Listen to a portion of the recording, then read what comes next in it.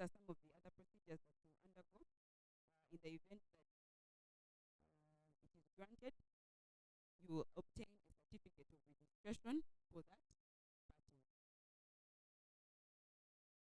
Okay, then we have what we call utility models. A patent is that the utility model takes out that step of, remember we talked about the criteria for patent. We said it must be novel, it must also be, must have an inventive step and industrially applicable. So a utility model takes away the inventive step. For it, it must be new and industrially applicable. It can be obvious to the people within that field. There are some examples here. You can see the person who came up with this shoe.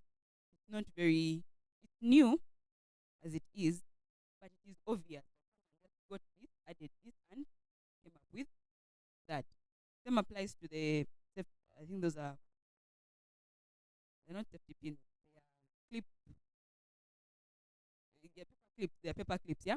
So someone came up with the idea. This was the original one, was that the one that needed a lot of wire, and this other one came up with this. So to the person in that field, it's very obvious, yeah? But the beauty is that it uses lesser wire, right?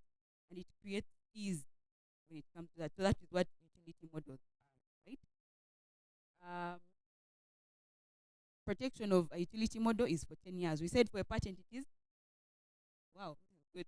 So this is 20 years. So this one is 10 years, right? We also have what we call industrial designs. Industrial designs are the aspect of a useful article which is ornamental and aesthetic.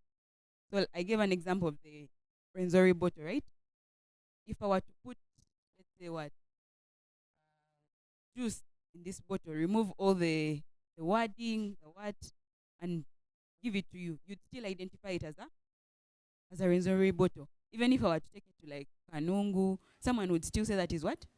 So that is, it is the aesthetic that is, it helps when you're marketing. For people who are coming up with products, you want to have something that is unique. It identifies itself. You know of crystal, is it crystal water or hill water?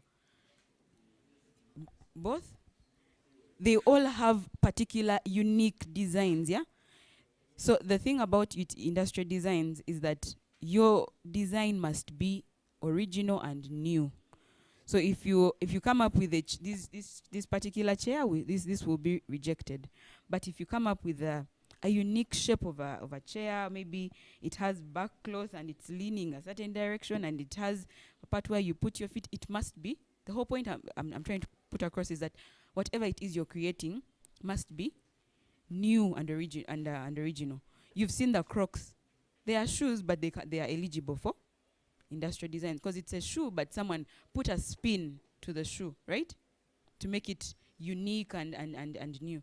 And industrial designs cut across in terms of clothing, furniture. So let's just not only look at it in terms of like the bottle and what, right?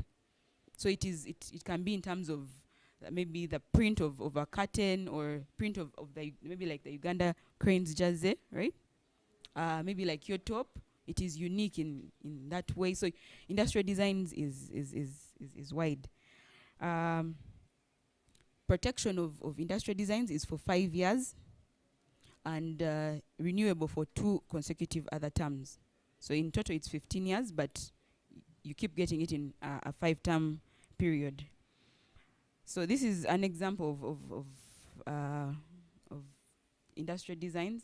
This one was for a phone. Between the iPhone and there was if you can go and look up that it was a case between iPhone and Samsung. You can read about it and see the importance of industrial designs. So these were the examples I was also giving. All these, they are ordinary. This is a shoe, we all know it, but the way the person designs it makes it unique, and you can obtain an industrial design. So the rights that accrue from owning this industrial design, of course, the same exclusive use and rights of use of that device or whatever it is you've come up with. You can reproduce, you can import, you can sell, you can stock, you can authorize people to use your product and all that. Protection of an industrial design. One, you fill out a form pertaining to the application of an industrial design. You make payments of 50,000. You attach the drawings of your product device, and if you're a foreign applicant, you must accompany a power of attorney to that, and then you make the payments that we've talked about. After we've registered, we also issue you a certificate of registration. Then we have what we call trademarks. Trademarks are signs, symbols, colors, words that distinguish one good from another or one service from another, right? A trademark can be a word. It can be a color. For example, when you see a certain shade of yellow, you know that is maybe MTN, right? Or when you see a certain classification of like words or symbols, you know that is maybe associated with a certain product. The mountains, and you see the word Renzori, you know that is associated with Renzori. So the whole purpose of the trademark is to distinguish one person's product or services from another person's. It can be a combination. You can have one which is a color and the signs and the symbols, or images. You have someone put like the apple, the apple that is bitten. When you look at it, you know that is closely associated with Apple products, right? You can't think that's something else. And if you see that and it's owned by someone else, then that person would be infringing, or actually what we call maybe counterfeiting, right? On that person's product, unless they have some form of license or they've been assigned rights to use that particular mark. So in Uganda, these are some of the examples that we can use. We have JESA. You've seen most of these, right? Even the university has a trademark. It acquired a trademark. So you can't be moving around putting it on your papers or without their authorization, right? So we have something that needs to be distinction between the trademark and the business. So you'll find in certain instances, people will come to us and protect the business. Yeah? Let's say the business is Clara Enterprises. You come and protect Clara Enterprises, but Clara Enterprises maybe it has come up with software in the agriculture sector, and the software is called, let's just use an example, Clara, right? So you'll try to, when you register the business, you think you have registered the product or the trade name, right? Which is not true. The two things are distinct. You distinguish the business from the trademark. So you find in certain instances the business name and the trademark, or the company name and the trademark, are one and the same. But in some instances, they are different. So it's important that you know the difference so that you don't protect one and forget to protect the other. Yeah, because it will come back and bite you. So you have to protect both the business, but you also protect the trademark.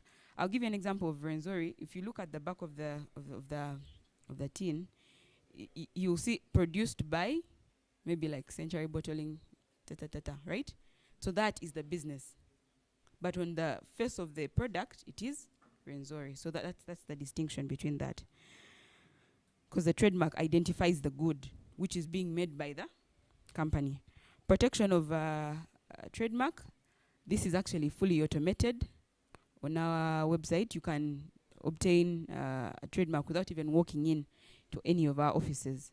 Yeah, you will need a specimen of the mark. For example, for those who are maybe making the app of that is going to be in terms of counseling, because you'll need to protect that. Aside, like I said, you have the business aspect of it, but then you say, let's say the app is going to be called Help Better. Help Better is your is the app through which people are going to obtain counseling, right? So it is the intermediary between the counselors and the client. So that app, you have to protect that help better as a trademark, much as you're going to also protect it as a copyright, because I said these IPs can be, they are multifaceted. So you protect the business, protect the trademark, and protect the copyright. Yeah. So this process is fully automated. You don't have to walk into our offices to get any of these. But what you do is you have a specimen of your mark. It can be in calligraphy, it can be numerals, it can be anything that you wish. Of course, for further guidance, you can visit any of our offices and we guide before you submit something and it's constantly rejected. But you can do all this online. The entire process will cost you 275,000 and protection period is 7 years. Yeah. And you can keep renewing every after 10 years after that for your entire lifetime, whenever you want the protection. So we also have counterfeiting. Counterfeiting is where you use someone's product without their authorization. For example, if you start mass producing water products and you slap the Renzori mark on there, that would be what we call counterfeiting. And it's a crime. Yeah? The next category of intellectual properties are copyrights, which I think is what mainly, from my understanding, most of you have copyrights. Yeah? So copyrights protect the author of the work in the literary and artistic fields. So you have copyrights on songs, books, software applications, paintings, handicrafts, sculptures, all that can obtain protection of copyright. Copyright, the period of protection is for your entire lifetime and 50 years after the date of the passing of the copyright owner. So for instance, if you create let's say a software application, you have protection for your entire lifetime. And the thing about copyright is that we don't protect the idea, we protect what is fixed. So if you have the idea of, let's say, a software, let me again I'm sorry for using you guys way too much, but the counseling idea, the online counseling idea, yeah? So if you keep it within your mind and it stays as is, you will not obtain copyright. But the moment you fix it in some form of software application, you've written down maybe some notes pertaining to that, you can obtain copyright protection. So we do not protect the idea, but we protect the fixed expression of your idea. You record it, you write it down, any form, for as long as it's heard by any felt or something like that. This again talks about what I've just been talking about. And then copyright protection is for original works. So do not go and copy someone's thing and then you say, now I want a copyright over this. So it is for work which is original. Okay, the rights that accrue from a copyright protection, you can reproduce the work, same thing as the previous things. You can reproduce the work, broadcast it, perform it, authorize people to use your work, all that.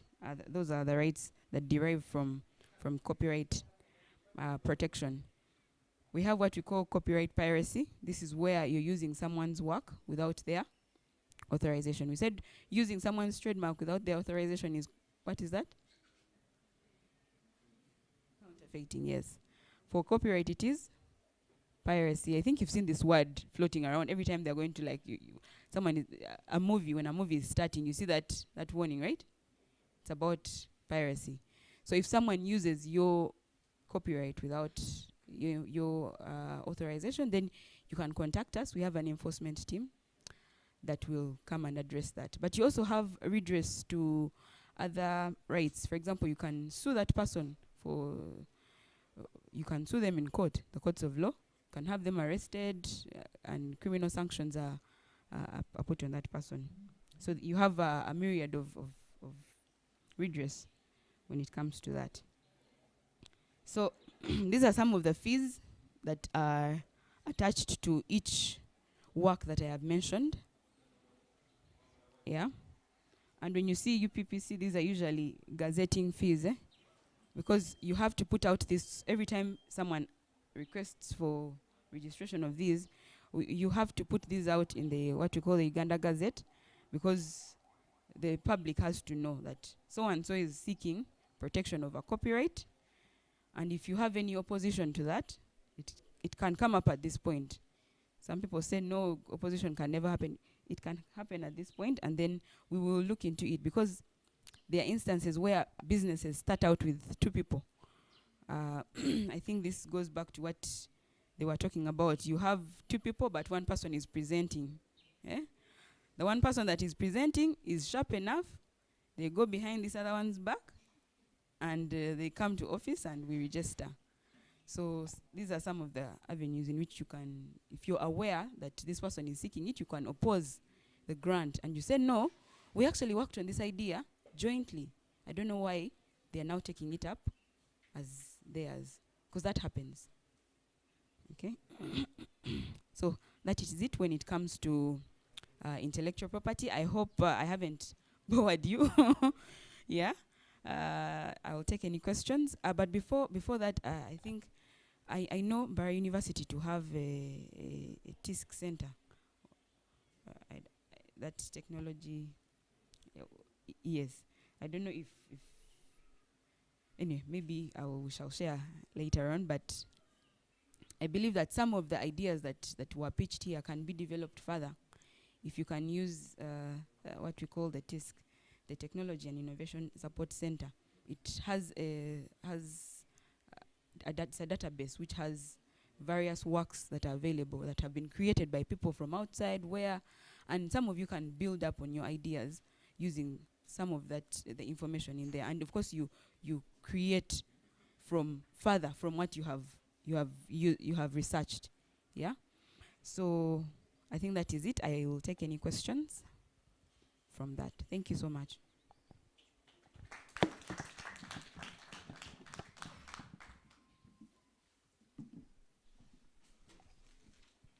Questions?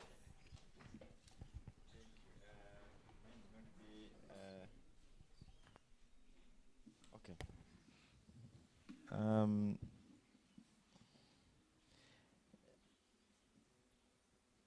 Yes, I wanted to find out the patent you are saying as URSB. Is it geographically limited to Uganda, or it can work in other countries? And also, I've heard rumors that if I seek a patent or a copyright from the US, it's more powerful, or it's okay. I don't know if the myth or is it true that it's more powerful than when you seek it in Uganda. So, if as an innovator, I'd rather go to the US, seek for the patent and the copyright than seeking it from URSB. Yes, the other one, patents are they given to individuals or they're given to companies? The third one, I've seen barcodes for products in supermarkets. Is it URSB who assigns those barcodes, or I can go generate my own barcode and then I put in my product? Or it's you to do that. Yes, I have issues with when you talked about the copyright for the for software, because all of us in this room know that if I'm using Python to program, it's an open source language. If I'm using PHP, it's open source. I don't pay for it. I use it. Now, when I'm copywriting, do I copyright the flow of my code? Do I copyright? Because still it's the idea I have in my head that yes, I'm coming out with an immunization dashboard, and then I don't understand if I'm going to really copyright the idea of immunization dashboard or the code. So I need clarification on that. Where does the copyright come in software? Yeah. Let me limit myself to those ones, because I was also going to ask about, we had issues with the Coca-Cola and Harris International. the products Harris International was putting out, they really seem to be looking alike, like what Coca-Cola products are. I mean, the likes of this Sky View and things like that. How did RBS come into that situation to rescue people? Anyway, those are my.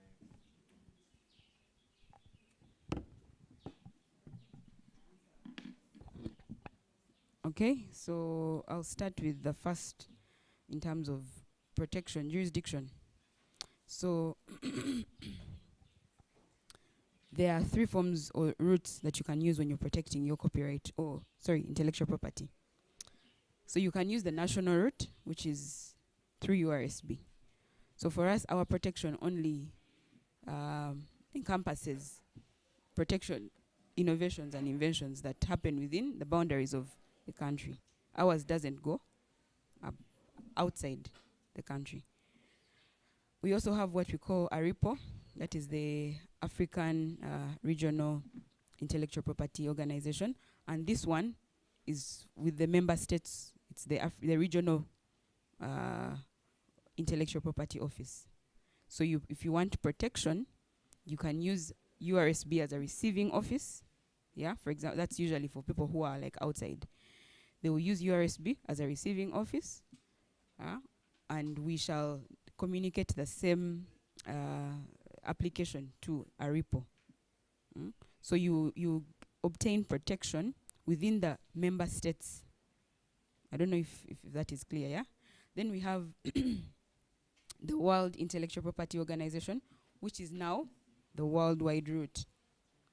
So still you can use URSB as a receiving office, but for it protects, it gives you allowance to protect your invention or innovation in various member states within WIPO.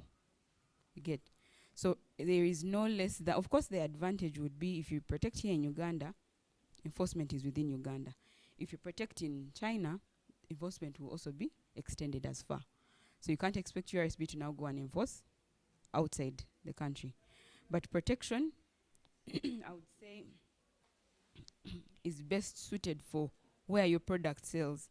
If you're sure that your product is gaining traction in China, go to WIPO if it's a member state and protect it. Yeah? Okay? But if you're sure it's really working here in Uganda, you may want to start with the national route for protection. But there is no less than or more than, yeah? It just depends on your target market or target audience. If your target audience is within here, don't go and protect in the US. The US is not going to come and enforce here. Yeah. Who can obtain, the personalities that are eligible to acquiring intellectual property? We have the artificial persons and the natural persons. Natural persons are like you, I, everyone here, right? The flesh, the people. But we also have artificial persons who are the companies. Yeah? So a company can own a trademark, a company can own, let's say, a patent. So it just depends on if you're doing work, for instance, let's say it's the ladies there, they will protect that under their names. But if they have a company, they can have the company own that, because the company has legal personality that it can own property, it can sell property, it can do all these things. Yeah? So that is it. It just depends on who is making, who is the author or the inventor. The barcodes are not for URSB. The barcodes, maybe that one, because all we are interested in as URSB is the product, the name. If it's a patent, the product, the device, the process. That's why we ask you for the description. But when you now move on to barcodes, then maybe you have to get into, you have to coordinate with UNBS. Maybe UNBS will now give you the barcodes, because for it now it interests itself more in the quality of the product that you're making, the device that you're coming up with, the invention really, yeah? But for us, all we're interested in is what we talked about. So we do not issue barcodes at any one point. Then what you brought up, I think, about copyright in your last question was very key, and I had omitted to talk about it. When you're applying for an application software, one of the things that you accompany is what it is you're protecting. So if you're protecting a software application, then you attach a source code. So I may not be very familiar with the Python, all that you talked about, but all we want is the source code. Of course, the source code will, in my opinion, explain your whatever it is, the flow of everything that you did. The devices you used, the gadgets, how you used it may not necessarily come into play, but you explain that. I would like to believe that it will explain how you get to your application. So, but you attach a source code, yeah, for your application. Yeah, we may not need to know how you came up with. I don't know if the source code explains that. If that's what the source code does, then yes. Yes, so that's how you just attach that. If you have, for example, if you are protecting a drawing of maybe your gadget or something, then you also attach the drawing. If you're protecting, let's say, a song, you will attach the song, like a recording of that song or things like that. Okay, thank you. Because of time, is there any other burning question? So we may not take more questions because of time. Thank you for your presentation.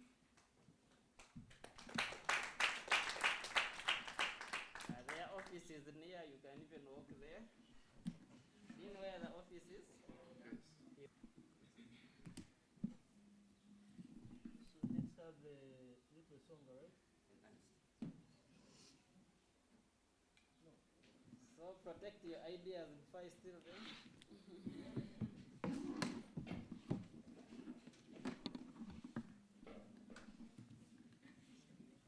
When you're pitching, you don't expose your trade secret.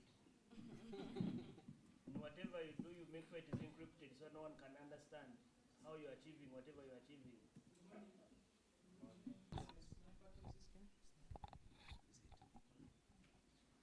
I'm Semba Ernest, and we worked on a smart car parking system. So in this system, let me first talk about the problem statement. So we realized that in Uganda there has been an increase in the number of vehicles. So we came up with an idea of like enabling drivers, like enabling them to easily find parking spots that have been, okay, you might have parking spots around Mbarara, but since there's an increase in the number of vehicles, you might get some challenges like finding the best spot to park. So in this system, we managed to include some technologies like the number plate scanning technology. We have the security feature that works in such a way that if someone, like a driver, navigates to a parking spot and they actually check in, they enter that parking, they cannot leave that parking spot until, like, okay, the system is connected to your phone.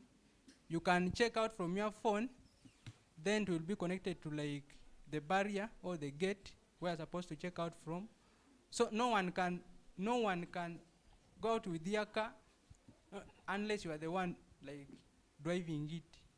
And those number plates work in such a way that each person will know that me as an individual, I might have many cars registered in my name.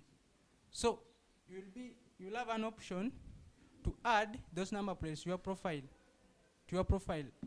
like as an individual, as a driver now, such that when you navigate to a park, you can enter the park. Then, for example, like you have a driver, you are a personal driver, and you want your car to leave the park, but actually physically you are not in that park. So you might be in the position of sending like a driver to actually go and leave with your car from the park. But since the number plates are registered in your names, and maybe your driver might not be having your phone, it might be quite challenging. Like the system might refuse, you won't check out. So for that case, we found a way of doing it. Like the owner of the car. Okay, let me talk out briefly. Time is up. Never do that when you're teaching late. You don't have yourself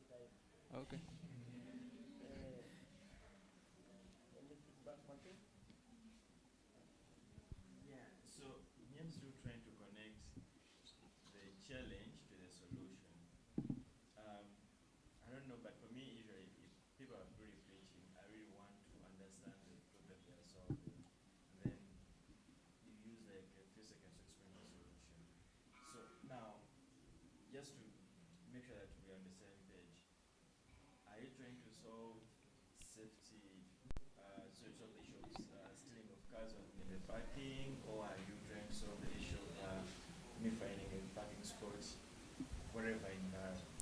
Okay, basically our app, we are trying to solve the security feature, like car theft. We are trying to reduce that, and still we are enabling drivers to find the parking spots. Like they can actually navigate those spots, and we are integrating into the system mobile payments.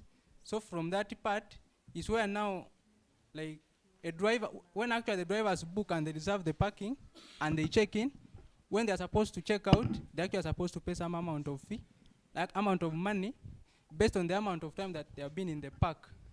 That's now the driver part. Then the owner, when the driver pays, that money is now deposited to their account for that specific park. Yes. Don't know if I've answered your question. Okay. Maybe my colleague can be going, how can be asking as I'm trying to internalize further. Yeah, so your problem is not scary, like, didn't scare us. Okay, maybe it is just something simple. Because if you talk about security, then you have to really feel like, yeah, the owner of the car wants to make sure that it is only him or her who can drive out that car from the parking lot. Yes. That one has to be extremely clear. Then also you mentioned the payments. Who is finding a problem with payments? Is it the driver, the car park owner?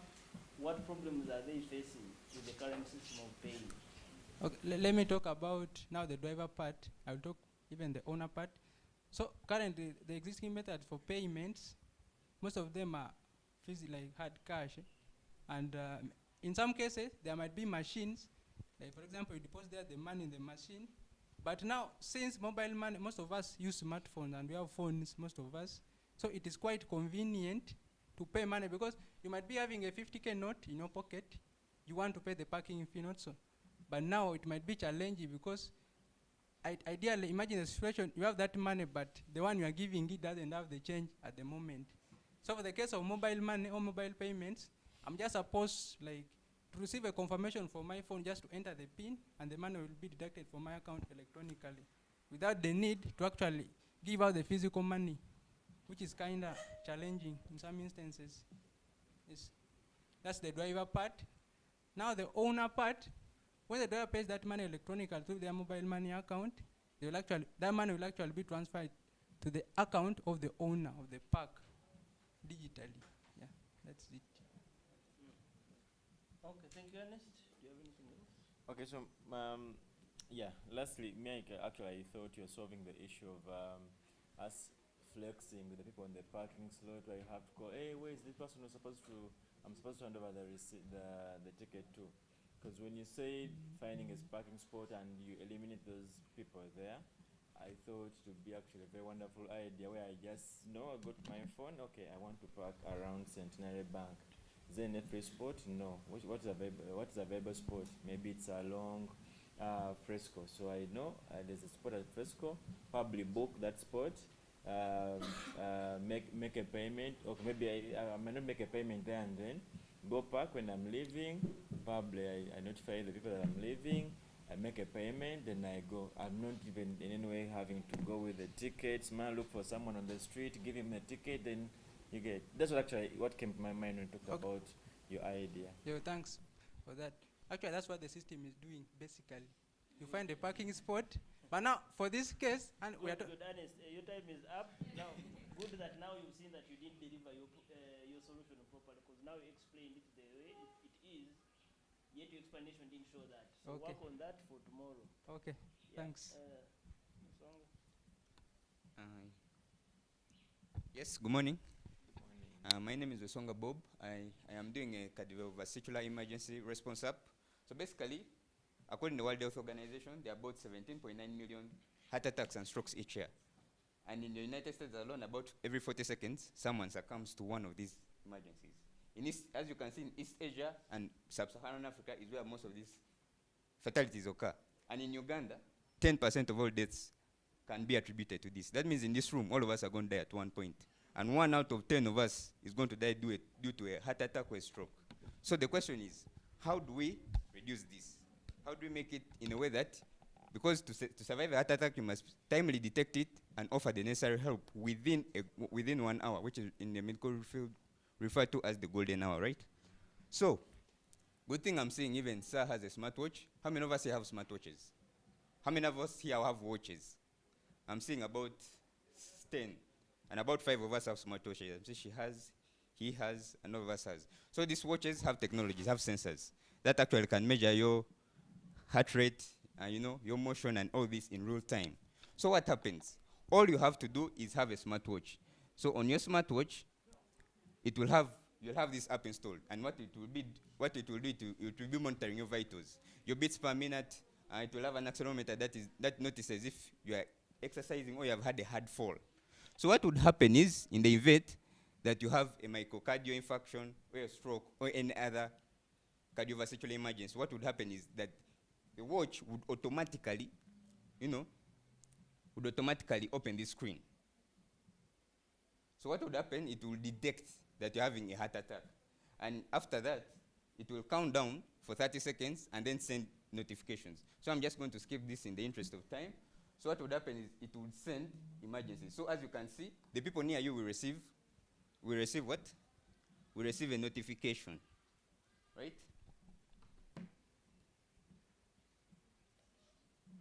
We receive a notification, okay? Okay, so what happens in the event that someone receives a notification? The people around them would open this screen.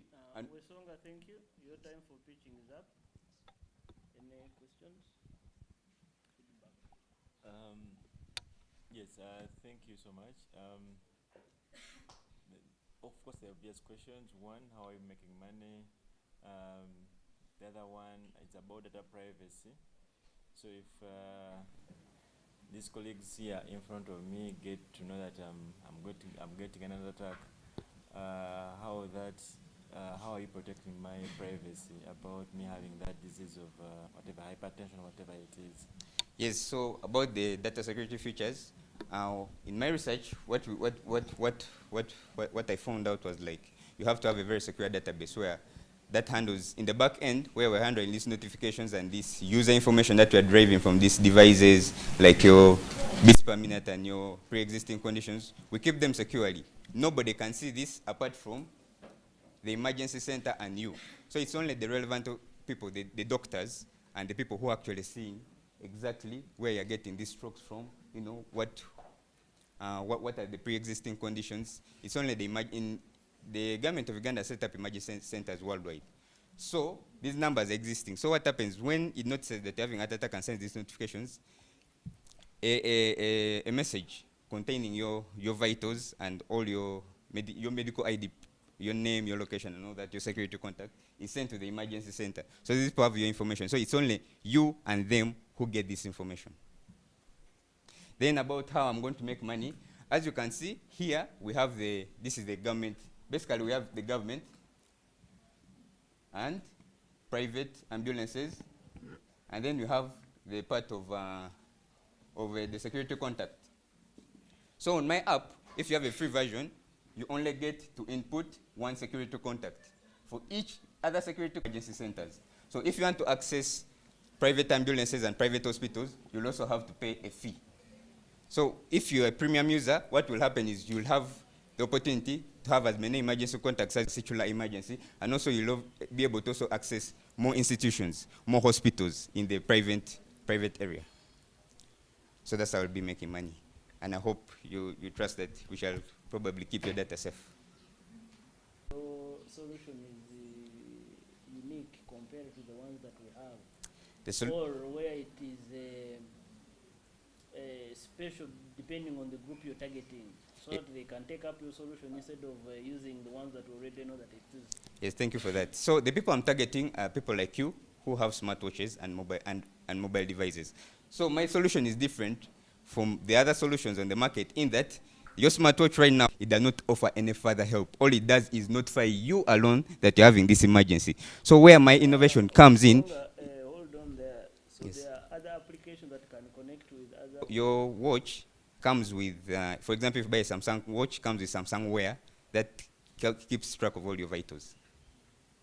even those with Google Watches, Apple Watches, when you connect them to your iPhone. Yeah, because yours is a third-party application. Yes, that mine is. leverages the wellness devices that we have. Yes. So maybe I do further research to see which other applications leverage the wellness devices that we use, Yes. and then make sure I have a sweet spot that makes your application a bit different. Stand out from the others, third parties. Yes. especially for the community that you're targeting, which is Sub-Saharan Africa. Yes, and Thank okay. you very much. Thank you. Let's have the next group, which is let's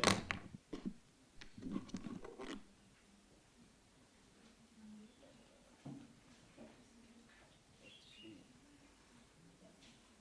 What has happened to my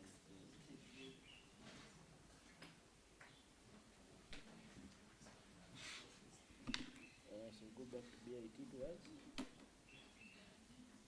Yeah, we go back to BIT, the next group should be coming. Number plate. Secure number plate. Number plates. Please be fast.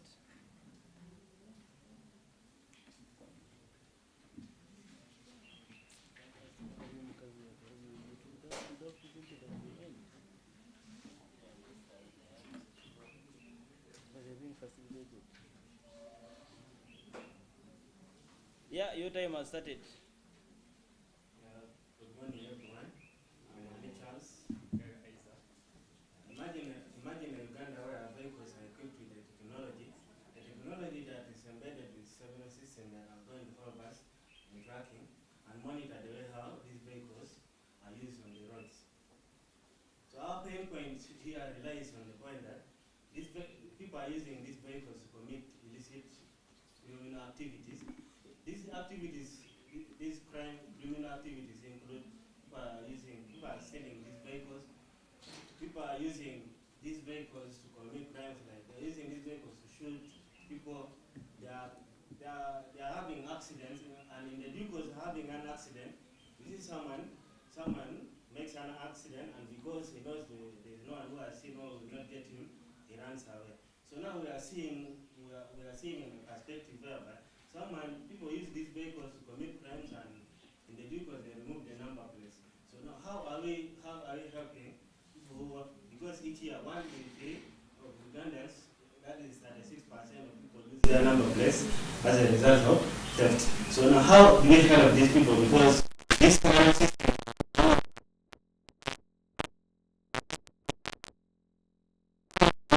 very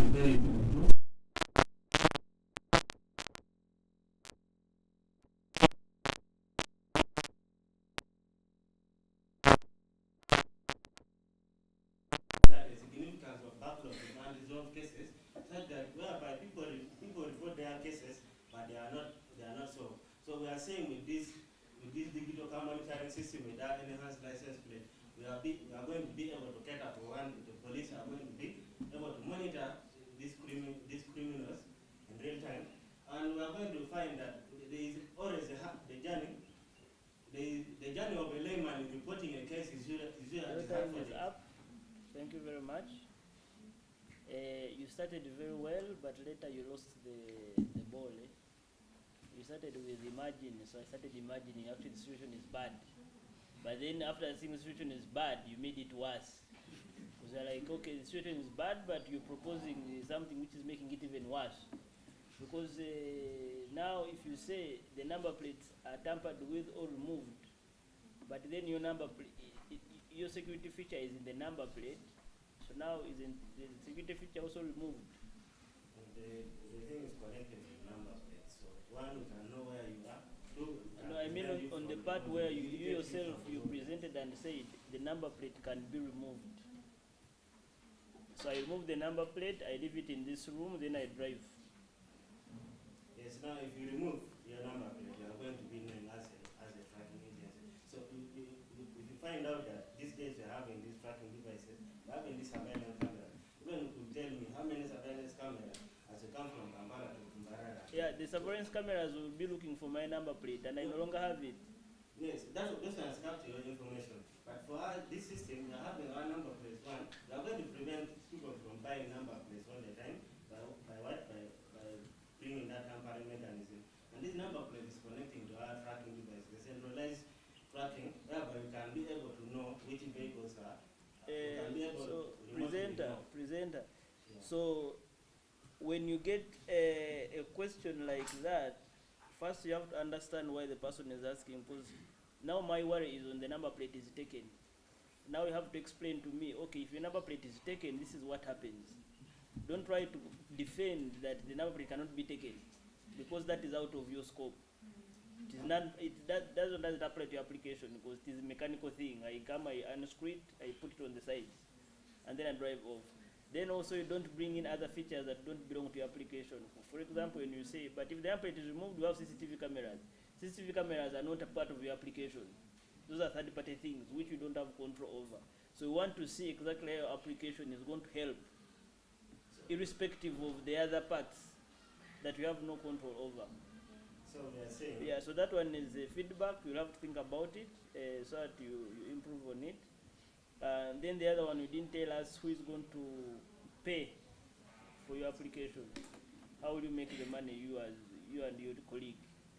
Who pays, who buys the application, who's going to use it, who is the target user? actually, we are taking an example. Uganda was hiring. Is in Who is your target user? So when you're answering a question, you be It is the specific. police. You carry that thing from the police. Okay. Yes. So police is your target user. If they don't buy it, then you don't have business. So you're targeting one. So this one, we are working with digital license plates. In few months to come off here, you're going to be enrolled with this number plate. So and these number plates are being hired from out. Presenter. So when you're pitching, when you're presenting your idea, don't try to go around it to answer a question. You automatically lose investors, because they'll believe you don't know what you're doing. So if I say so, you're targeting only one user. From me, what I think it is a yes, because you already said it. Now don't go around and start saying, now you see in a few months you're going to have this enrolled out. No, you're targeting police, meaning that if police doesn't buy it, then you're out of business, which is still okay. It might be your target and you're like, it's okay, if they don't buy it, then I'm out. Yeah.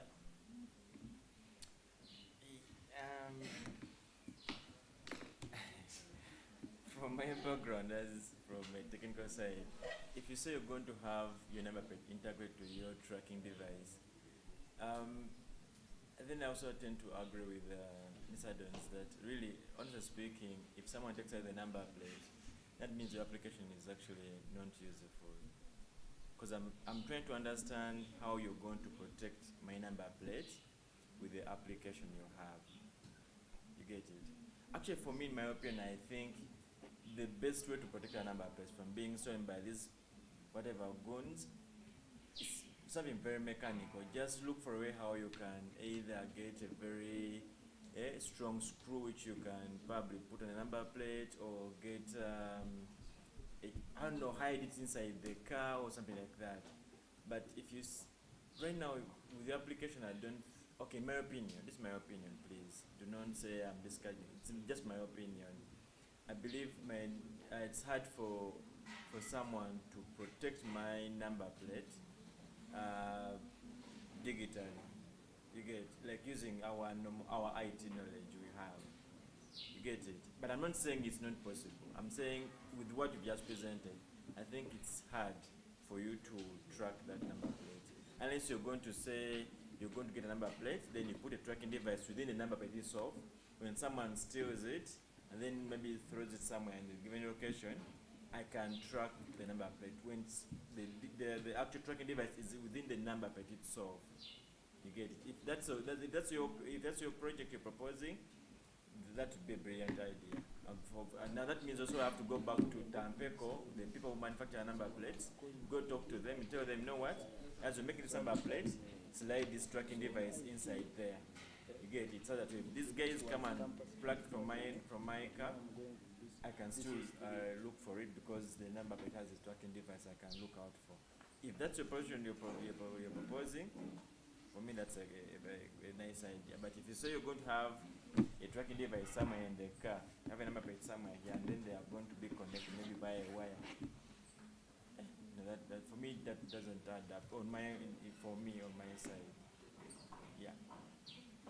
So you're fine of repackaging your application. Maybe you can pitch it in a way that it is for users in a controlled environment. For example, if it is VIP cars or whereby they cannot remove their number plates, because that means they're trying to dodge something. But for private cars, it's a bit different because my car number can be stolen, and it is not me who did it.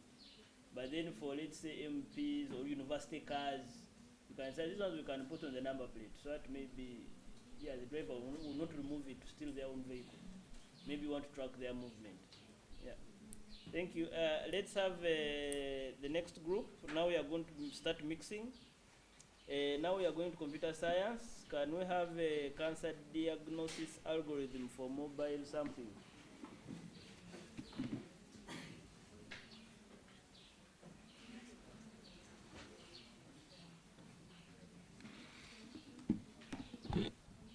Good afternoon. Good afternoon. I am Kainza Mariam, and I'm working on a project that optimizes skin cancer diagnosis algorithms for mobile-based applications. Okay, so here we have looked at a system where someone can just get their phone, take a photo, and it will tell you whether you have skin cancer or not. And after that, it could maybe give you an explanation of your results. And if it's not skin cancer, it could tell you what could have caused that. If it's skin cancer, it would give you information about the various skin cancers, and you could go to the hospital. And then we integrated, if you have skin cancer, you can get the location of different hospitals near you, and you could go for a checkup. Yeah. So then if it's just a normal okay, the reason we chose this is because skin cancer is one of the highest growing cancers around, and it's caused by simple issues such as UV light, and most of us don't go around with sunscreen, and we just get exposure due to the sun. And then our area that we are in, which is an equatorial area, it has a high risk of people getting skin cancer because we get high rates of UV. Yeah, that's basically it. Thank you very much. You are spot on time. My first comment will be, which group are you targeting? The people who are supposed to use your app? Both the patients and the healthcare providers. For the healthcare providers, they could get notifications of people around that could have tried to contact them and make appointments. And then the patients, they could just get the phone and take a picture to check. And if they do, they go for the skin checkup. So for the patients, what's their current problem that you're trying to solve? At the moment, how are they doing it? They are having late diagnosis, and others that go to the hospitals around them, they don't have the equipment or specialized technologies. So by the current problem, I mean, if I look at my skin, can I say that I think I might be having skin cancer, let me go to the hospital? No, you can't be sure until you know what it's like, or you take a photo to get more insight about it. Okay, so if you're targeting that group, how are you going to make money from them?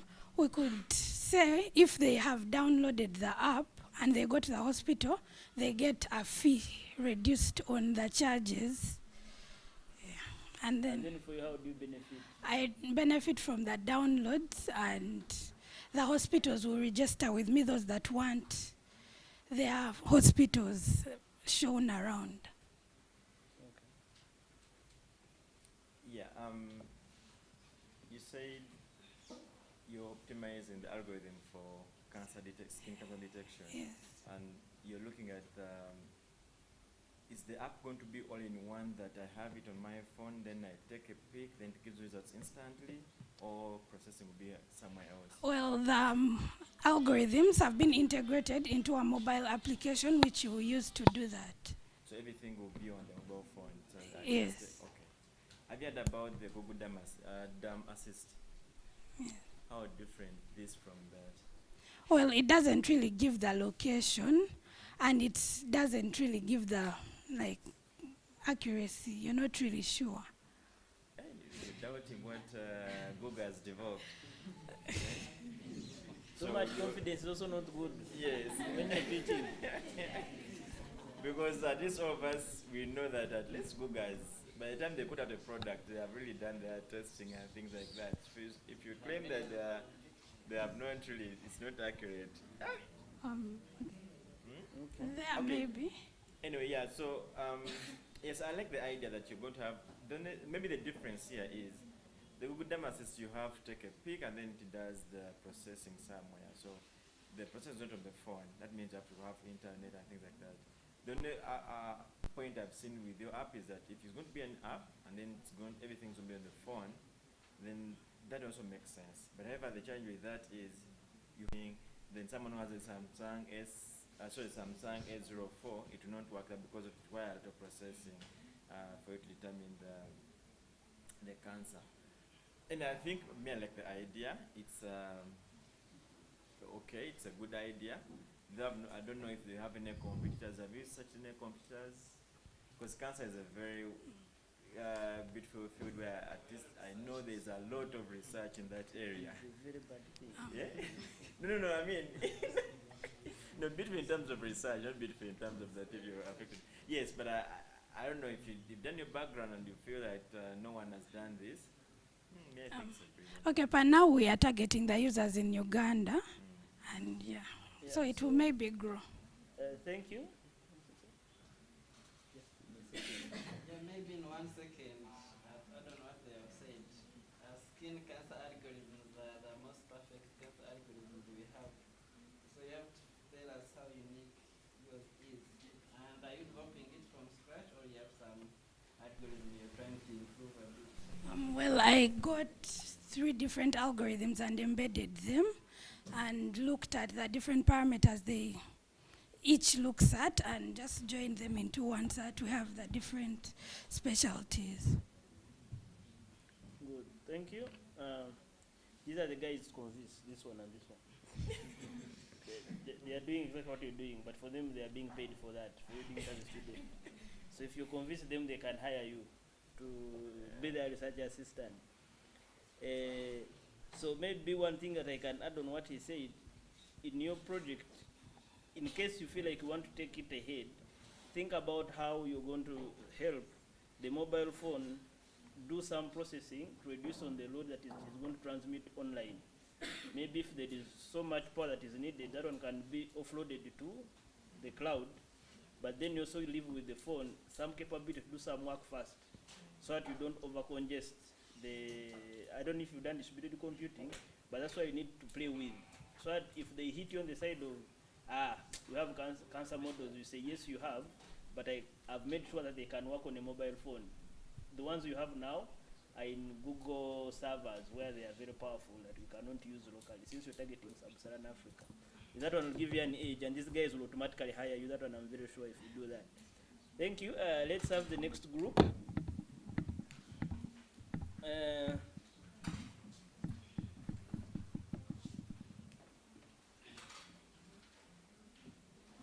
Advanced smartphone theft tracking system. I know there are like 2 people on that, so choose yourself. Car tracking system. Who is going first? Abraham. Yeah, there is 2 car tracking things. I don't know how they ended up here. It's not actually that. Yeah, we find title with the storage. It is a smartphone security system. It is a smartphone? Security system. Okay, smartphone security system. Okay. Always there is a need for us to safeguard our phones from potential thieves and people who always want to tamper with our private information or private data on the devices we always use. For that, in that, I came up with an application that is able to, it has 2 confidential, 2 security areas where, in case you're in a congested area, for example, a park, you can enable a proximity feature where even if the phone is in a pocket, someone tries to snatch it, it has to make an alarm. And it is only a user who set the pin that can disable the alarm. And then, for example, if you're in, for example, we are students, you're in a lecture room, but you want to charge your phone. You can connect your charger to a port, then go somewhere. So if someone tries to remove it, maybe to take it, an alarm can sound. So you are notified, meaning that that person who is not an entitled user will not access your phone. And then still there is a feature where you can ably detect the motion of a phone different from the proximity, where this one is so sensitive that even if someone just removes the phone from the surface where you've placed it, it has to make an alarm. Time up. Okay, thank you. Those who are scared of their phones being stolen, do you have any feedback? Mine is secure. All right, thank you so much. I'm trying to, you said if I have this phone and I'm charging it somewhere here, so if someone comes to try to steal it, what happens? It makes an alarm. Makes an alarm. So now, there's how different that is from what you see when you go to these MTN showrooms. If you go, they have the similar arrangement when those phones are put inside the charging spots and they are put on the display. When you come to pick it, they make noise. If like you come and steal it, they make noise. Are you duplicating what they have, or yours is a little bit special? I haven't interacted with that, but obviously mine, when for example, if someone, okay, you're not within the room, you're somewhere like outside, if someone tries to remove it from the charger, you can, okay, depending on the sound it makes, that I decided to choose, it is actually a bit scary. So someone will be, okay, you'll be scared of maybe continuing to access their phone. Okay. Yes. Then there is this Google Find My Device, and also there is iPhone My Device. Yeah. How are they different? Those ones, to use them, you need to have internet connectivity. But mine will be working offline. Wow. Yeah. That would be great if it can work offline. Are you sure the one for iPhone uses internet? Yeah, according They're to using tags now. I've not. If I steal your iPhone and I pass next to a person with an iPhone, then it communicates with that iPhone. So then they keep communicating. They have like an ad hoc network until when I can get the communication back to me. Bad enough, I've not interacted with iPhone, so. Yeah. Please do your homework. The thing is, if you're going to pitch these ideas, okay, the reason why I'm asking this, I want you to really make sure that your idea is very unique from what is available. Because someone's sponsoring you, even when you go to pitch to the tech innovation and they want to really give you money, their money to advance your project, they should be having that unique feature with them. I'm not trying to say that I want to discourage your projects. No, I'm just trying to broaden your mind and say, okay, I thought this is not in existence, but what they say in the market, how can I make mine unique? You get it? You can make it unique if, for example, like just say, maybe if Android, Google Find My Device, I have to use the internet, then yours is going to be offline. That's also a tick, a feature which you can actually be unique from what is existing. You get it? So, but I'm not discouraging you from what you have. Yeah, so you go read about them and see what best thing, can you put them in to what you have, or can you come out with something new? Okay. Yeah. Thank you. Okay, thank you. To give feedback on what you asked, you have to pitch your work based on, so if you have a good selling point, make sure it is unique from how others are selling their product. It might be actually the same. It might be the same, but you just twist the words a bit and you say, "Me, this is how I'm selling my product." Yeah, I know iPhone has all those things, but how many people have iPhones in this room? You see, so your thing cannot work because it will take long to find a person with an iPhone to communicate. In the Western world, it is easy. There are very many iPhones, so somehow the message will move around. But now for us, we have a Techno one, and they are not okay. Yeah. So you didn't explain to us what problem is there, how phones are normally stolen. So you need to first take us through the process of this is how the phones are stolen, and this is how I'm going to interject using my application. So that even if mine has not been stolen, I can relate. I'm like, actually sometimes I leave my phone in the office. Maybe it can help. But now if I leave my phone in the office, the alarm, when I'm still there, I cannot hear the alarm. So you have to find a way of sugarcoating your selling point so that I can, I'm 10%, but it's okay. I think it will work for me for that 10%, okay? That goes to all of us here. Okay, let's have another group. Now we switch back to IT, right? Campus panic button. Panic button. Panic button. Panic button, they panic. We have panic already. So if we don't have campus button, let's go to real-time monitoring. Which one is this? Nakalima Sumpta. I cannot read the title, but it's something real timing.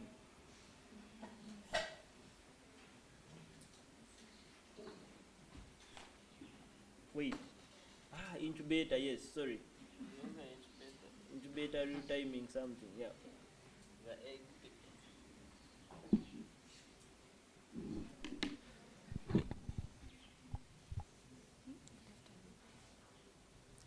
Good afternoon, everyone. I'm Nakalema Sumta and my colleague. And we are working on an egg. Our project title is an egg incubator with real-time monitoring and eased egg turning. Ladies and gentlemen, the world population is developing. Like by 2021, the world population was 7.8 billion, and the Ugandan population by then was 4.7 billion. And the increase in demand, the increase in population, it leads to increase in food demand because you cannot live without food. So my major point of food is like meat production. And there are different types of meat, and my major interest is poultry. Yes? What leads to increase in poultry is through hatching of eggs. So this, we found out that 80% of the people who produce eggs are really local farmers, and they produce between 50 to 100 eggs, let's say, per year. So therefore, we came up with an egg incubator that can increase productivity. Thank you very much. It's time up. Yeah, getting investors' money is not easy. Yeah, so maybe if I can throw in some feedback first, the things I expected to hear from your first present, when you said egg turning and something, I expected to hear, okay, what's the problem with the turning at the moment? That should have come out first. This one just feedback, because I know you might be knowing what to say, but just include it for your Friday presentation. So what is wrong with the egg turning at the moment? That's one. Two, there are very many egg incubators all over Uganda and what they have. How are you helping avoid to make sure that we do not have to go for those ones? We go for what you're having. So some way to achieve that is that you have to do a situation analysis and see what is trending now, probably, maybe what is government looking at, what are they advising us to do. And among those, we have what they are calling now import substitution. They want us to reduce on imports. We produce most of the things from here. So you might find that your product, yes, there are some products on the market, but where do they come from? So you might come in from the part that I have statistics that most of the incubators are imported from, let's say, China. But now for us, we are going to do one locally. And we are also going to add some advantage of automatic egg turning, something like that. So we are going to hire local talent. We are going to use raw materials from Uganda, and we are going to have a cost-effective egg incubator, which might be even cheaper because now we don't have the taxes for importation. Then now you set it from that point. But then you make sure that it works as those that we are importing, and even better. Even if the addition is very small, at least now the investors, the government might say, okay, you can give this person money so that we can achieve our import substitution agenda. Yeah, thank you. Wait, I have one question. I have two questions here. Mark, you want to run now? I had to avoid my questions. Okay, now, for maybe I didn't get your actual issue very well, but from his explanation, from his questions, I want to think that your challenge, you're trying, okay, what you're trying to provide is egg turning, right? Is that what you want to add on the current incubators to turn the eggs very well? Yes, egg turning. So has it been an issue? Yes, it has been an issue because when you don't turn eggs well, the shell membrane sticks to the what, and it dies. So production becomes less. Okay, because I've just googled a few things here about the changes the egg incubators have, and I didn't see any issue with turning. The issue has been with the temperatures, improper storage of eggs, hereditary issues, and then improper temperature during incubation, poor or incorrect parental nutrition, and then hatching trays too smooth or chicks to stand on. So in my opinion, I thought, okay, it might be a challenge, but I thought to sell out more, you would have actually focused on some other issues.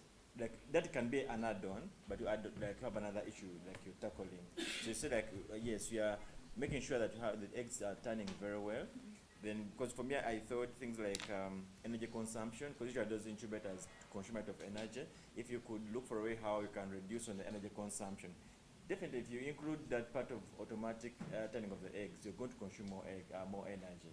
So you should look for a way how, because one of the challenges are energy consumption, given the fact that we have energy challenges in Uganda. Then time to incubate, that can be a novel idea. You know, it's supposed to be 21 days. But if you could reduce it from 21 days to 20, you can buy your incubator. Then that is a sort of energy. So you can also think about sort of using maybe electricity. You're going to use solar, or you're going to use wind, or something like that. Okay. I rest my case. Thank you. Unfortunately, the one who has chicken has left. Where is this other guy? The one you were supposed to convince, Dr. Simon. Yeah, thank you very much. This is IT still, right? So let's have a removal of explicit visual content. Sempeo, Rogers.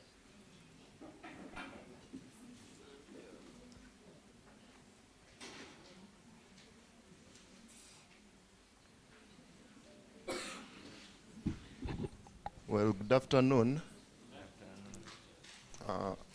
The problem we have right now is that there is an increased and bizarre trend of spreading pornographic images and nudes, as well as videos.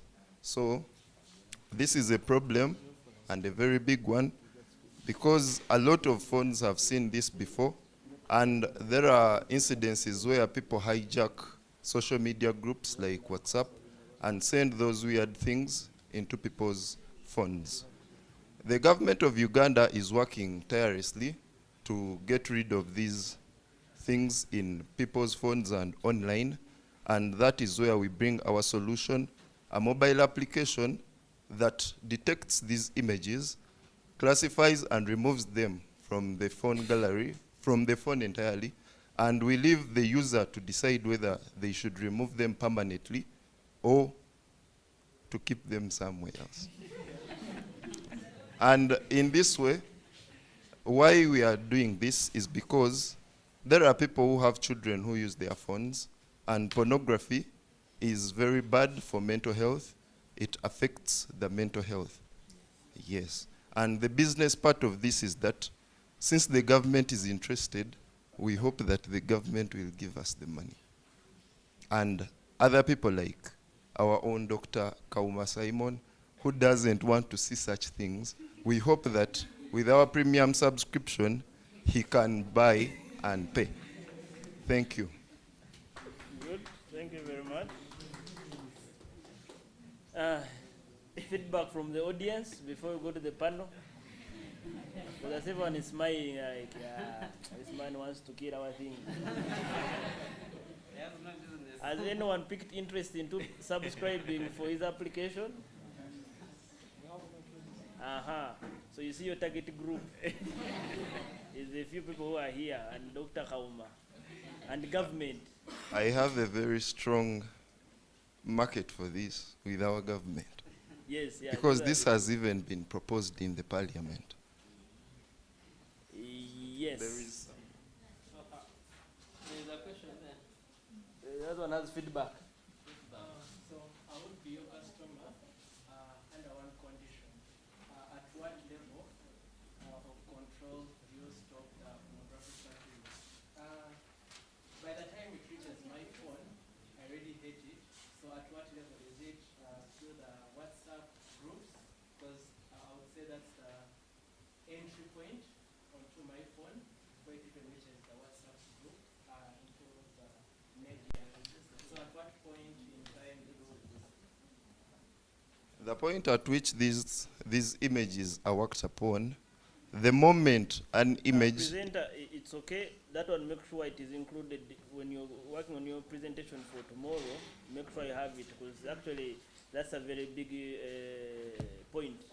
I already have What point do I filter out? So if I want to say I don't want anything to reach my phone of this type, it shouldn't reach there. It is just filtered out as it comes.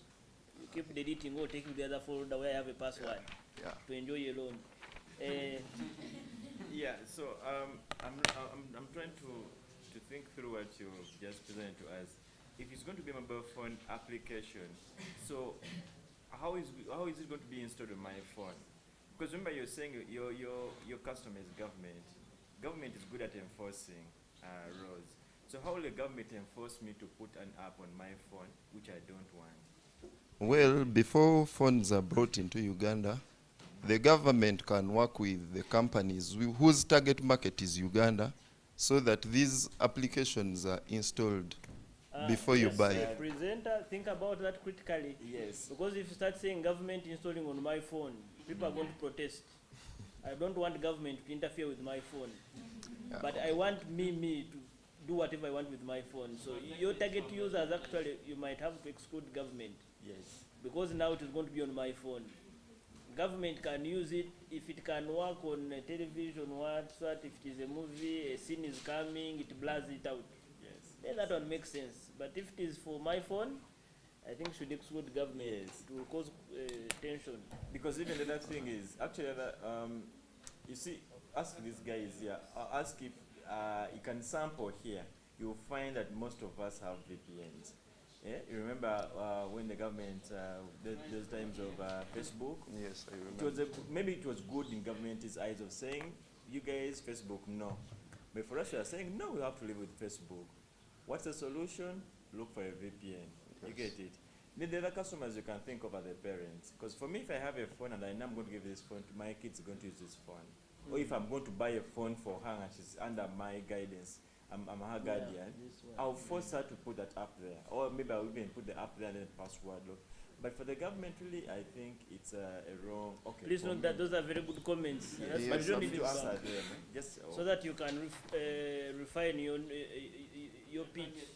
So that you say, for parents, you put on your, because now almost every kid has a tab, and they connect to Wi-Fi somehow. Even if you change the password, you find when they are connected. Yes. So that you help the parents protect, especially their kids. Actually, that must be your target. As the adults, sometimes we don't care. It comes, you see it, you delete it, or you leave it. But I don't want the kid to see it at all. To the extent that I first did it, they shouldn't see it at all. Yeah. Good. Right. Thank you. So let's have the next presenter from an intelligent healthcare system for PCOS diagnosis.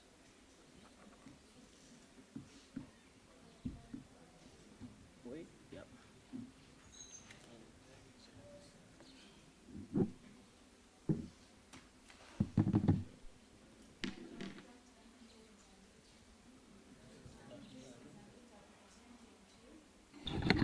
Smart PCOS detection system are the target group are the females of the reproductive age.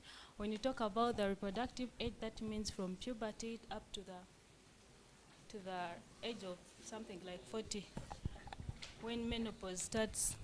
When we talk about PCOS, what do we mean? We are talking about polycystic ovarian syndrome. It is associated with hormonal imbalances. So in most cases, ladies, when they have menstrual cramps, issues with their menstruation, they don't talk about it because it has that, there is the way it is, there is the stigma associated to it, so they usually don't address those problems. And when it is PCOS, the irregularities in menstruation result to excess androgen, which leads to PCOS. So by the time they reach the age of giving birth, they cannot really give birth, the reason being they didn't address these problems in time. So my main emphasis here is the early detection of PCOS. This will be done through a mobile application. It has a calendar in it where calendars are now, they are popular, they are used by most ladies. So when you're tracking your menstruation cycles, when there are irregularities that count to 3, it should be able to alert you that there is a problem where it subjects you to a reform that you can have you can do a self-examination on yourself, and then if PCOS is detected, it directs you to a doctor. And in case it is not detected, you're not supposed to delete the application, but it now alerts you on how you can balance your cycles. Presenter, thank you very much. Feedback from the ladies in the house. Yeah, like you said, I think it is a contentious issue. No one wants to talk about it. Okay. Yeah, so you had structured your presentation well, but then the different sections, the information didn't come out clearly, because here you showed us the problem, then you tried to give us the solution. But PCOS is something that not everyone will understand. They only understand PCOS when they reach the hospital. When they tell them PCOS, what is PCOS? You should use terms that people easily understand. So like PCOS, you can say, yeah, to detect that you might become infertile.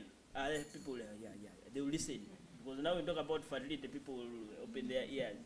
So you bring it closer to what people can understand, not only the doctors, okay? So you break down the PCOS. Then the other thing is that when you talk about calendars, that the calendars are there. So what are you advancing on those calendars? So you have to be specific. You say, okay, you have calendars, but they are not helping you that much. We are providing an advanced calendar that can help you detect when you are about to lose your infertility. And then it informs you that before you, please do this so that you don't lose your infertility. Yeah. and then your target group, you mixed it up. This is why you said it is going to help people who have reached a reproductive age, and then at some point you said, yeah, so when they reach the reproductive age, they will not be able to produce. So yet they can't use it before they reach reproductive age. So you make sure that you don't bring in conflicting messages, because there I bit got lost, whether I work before or after. Yeah. Audience has chickened out. Business model. How are you setting this up?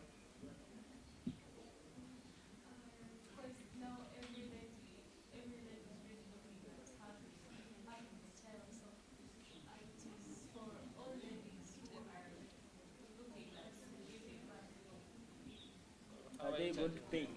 How are they paying? Okay. Anything from you looking at this nice image? No, I was I didn't actually for the first time, like you said, I didn't know what PCOS was. I had to just make sure before I ask my questions, I understand what PCOS is. Yes, I think it's, for me, every time someone comes out with an app which is going to help us health-wise, to help us improve, I think they should be given an audience really to tell us what they have to give us. You don't need to explain for us how the app will work, but I believe this also would be very good if you could have, like someone said, the premium versions and then the other whatever subscription, because you don't want to let out people who are in the villages, people who are in the villages to miss out. At least you should have those levels and say if you can have it, and then maybe we can help you detect, or maybe, I don't know, you can use it maybe once and then maybe give you a grace period. You can think about how you can generate money from that angle, or you can in that angle actually it might help where you have those levels. Yeah, so, but I think it's a very from the reading of here, no one wants to be, for the ladies, they call them infertile. No one wants to be infertile because of something we can really work on. Yeah, thank you very much. So as you can see, the application is really necessary, but how you said it is going to be your challenge. And to all the other members, so when you talk about business model, even if you want to give it out for free, you just say it is free. Even actually free. That is also a model. You say it is free, I'll benefit from people just using it. Maybe my name will get to be known, and then I can sell other products using that name. You can say, I want to market my name, or market my company by giving out for free. You can say it is open source, because I want to join the open source community. That one is also okay. It's not necessary that you must make money out of it. And I think one of the presenters mentioned that they will benefit from the downloads from, let's say, Google Play, because then they can start being paid. So now Google is on to pay. For you just put it there for free. You say it is there. So if you clock certain downloads, then you start being paid. Or you can say, I'll give it for free, then I'll sell the data. That one is also allowed. For as long as the users, you notify them that is for free, because I'm collecting data from you. But if you don't want to collect data from you, then don't use it. So now it's up to them to judge whether they accept or not. Then you can deal with the data. Okay? Let's have a group from, these groups don't have titles. Dan Kabagambe, are you here? Where are you? You come and present your title code Group E.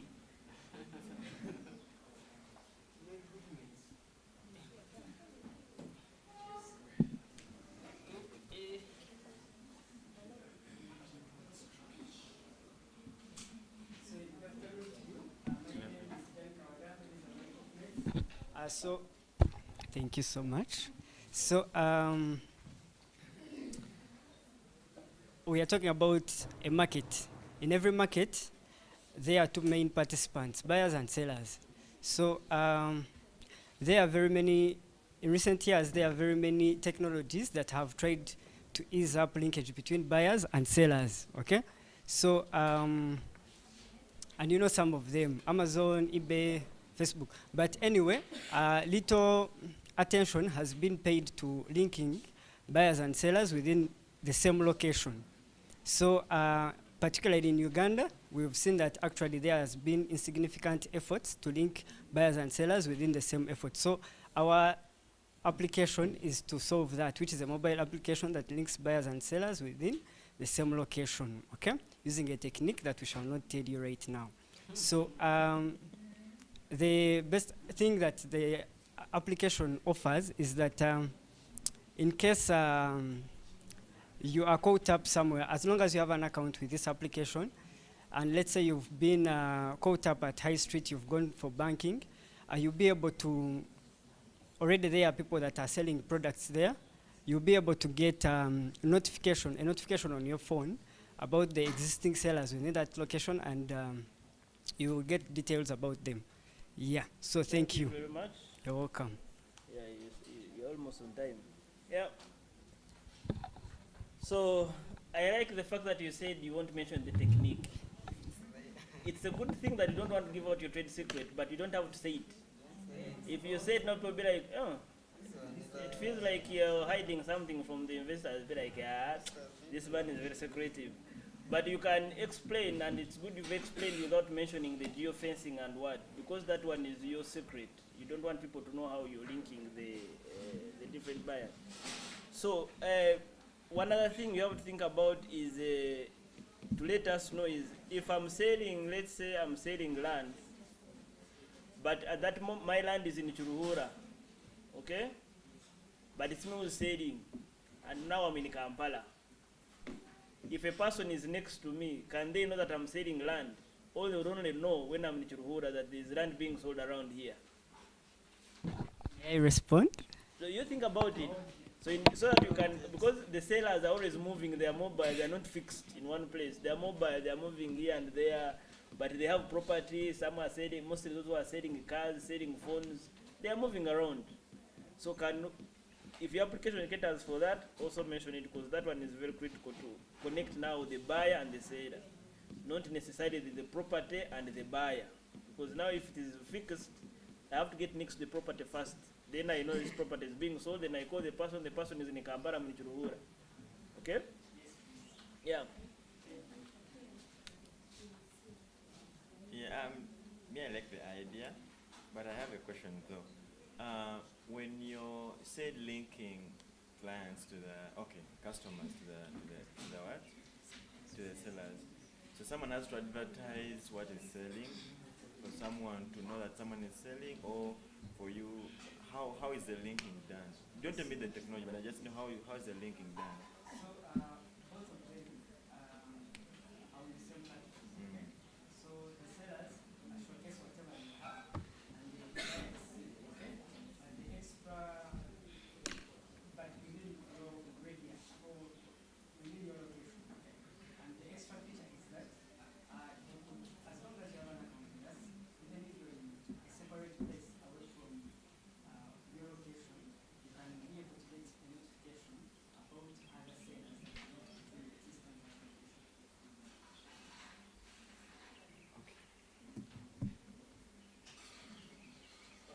My comments, one is on, isn't it better if you first focus on certain products and you know we are selling this, then if that becomes better, maybe you can keep adding on the products. Then on notifications, do you notify all the people within that area? Because the notifications may become so many, yet people are not interested in them. So is there a mechanism of subscribing? I say I need notifications only about this, don't bother me with everything you have.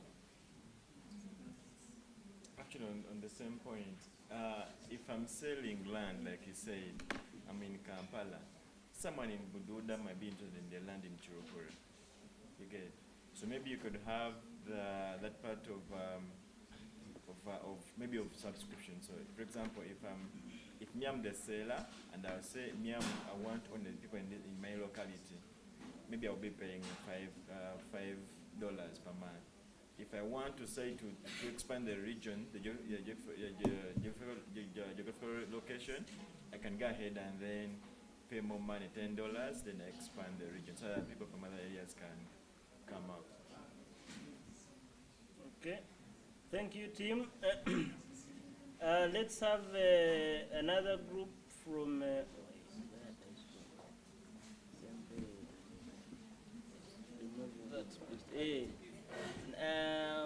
Coccidiosis disease detection system. There's coccidiosis. There's coccidiosis.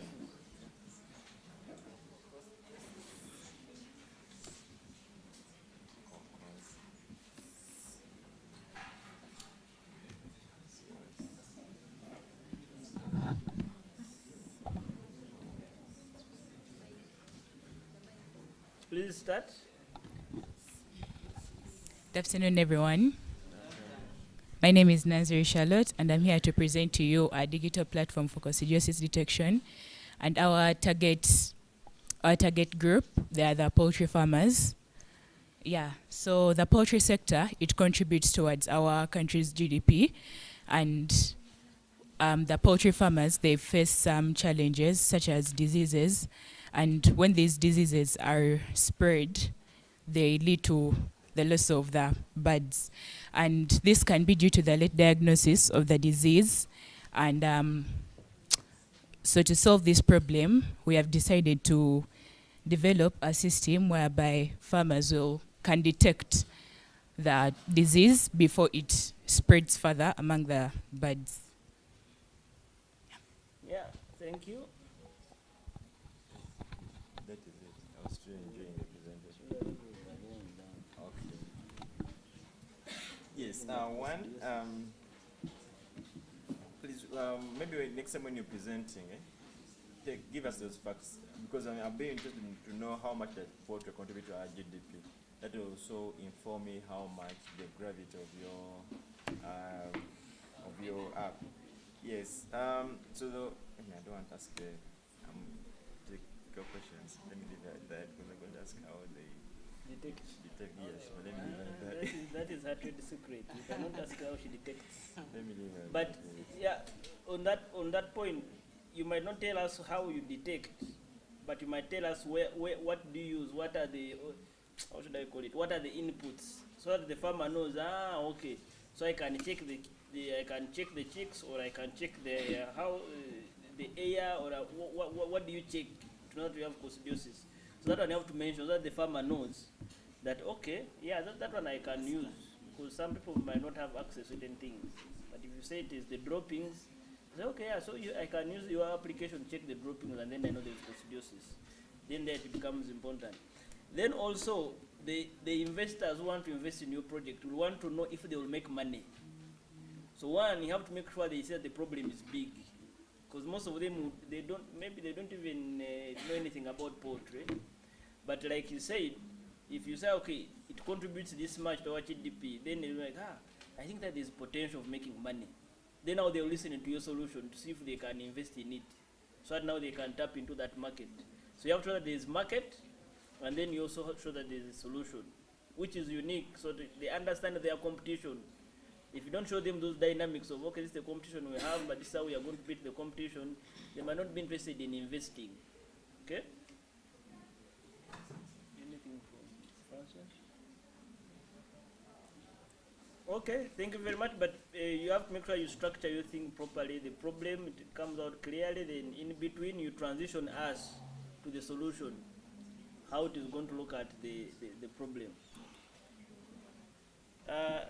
Next, let's have, that was coccidiosis. Where is detecting coffee disease?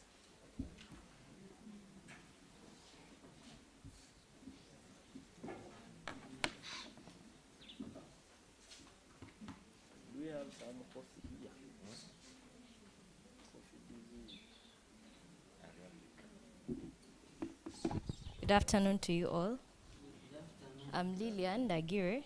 I came up with a mobile application for detecting coffee leaf rust in coffee. Agriculture is the backbone of our country. 1.5 goes to the gross domestic product, and 80% of the exports are agricultural products, and 22 of these are coffee. But the disease called coffee leaf rust is affecting this coffee, and we are losing over 100 million US dollars.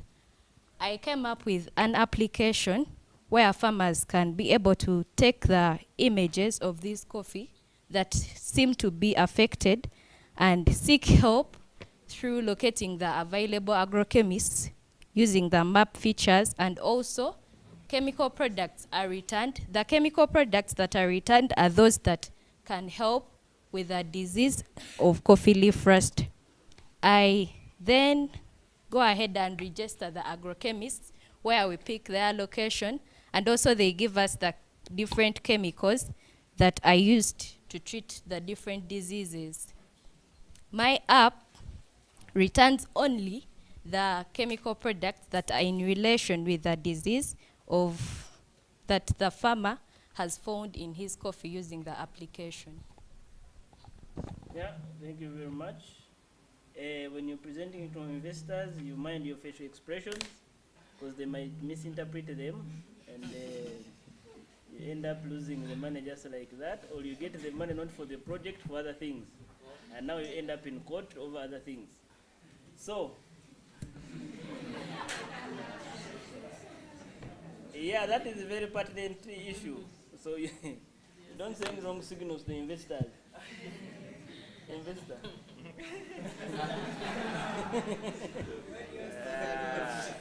So, Ndagina, let us understand something. So you said your app is strictly for leaf rust.